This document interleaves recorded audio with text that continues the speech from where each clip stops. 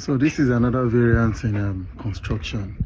We have the polystyrene foam being used to construct a 3-bedroom semi-detached bungalow. You can see how this forms up. Starts from the bungalow, from the foundation. Use wire mesh up to the roof level, the ceiling level, and the roof level, bringing the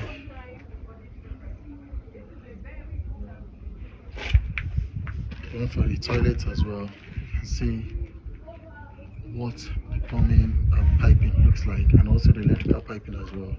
So after this stage is where we bring in the cement grouting, which allows a platform for adhesion of the plasticine itself.